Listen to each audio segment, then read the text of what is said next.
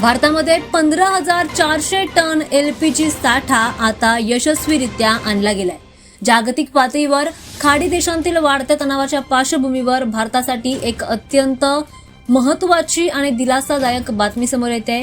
भारतीय एलपीजी वाहतूक जहाज ग्रीन आशाने अत्यंत संवेदनशील मानल्या जाणाऱ्या होर्मुझ सामुद्रधुनीतून यशस्वीरित्या मार्गक्रमण करत सुरक्षितपणे मुंबईच्या समुद्री सीमेमध्ये प्रवेश केलाय।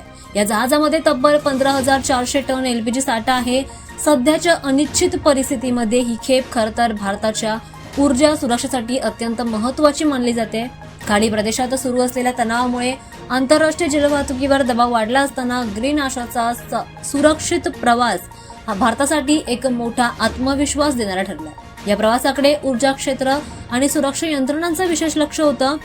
जहाज मुंबईमध्ये दाखल झाल्यानंतर आवश्यक ती तपासणी आणि प्रक्रिया पूर्ण करून हा एलपीजी साठा आता लवकरच देशातील विविध भागांमध्ये वितरित केला जाणार आहे। त्यामुळे आता हळूहळू गॅसची टंचाईचा जे काही मोठा परिणाम या ठिकाणी निर्माण झाला होता ती गॅस टंचाई हळूहळू सुरळीत होईल।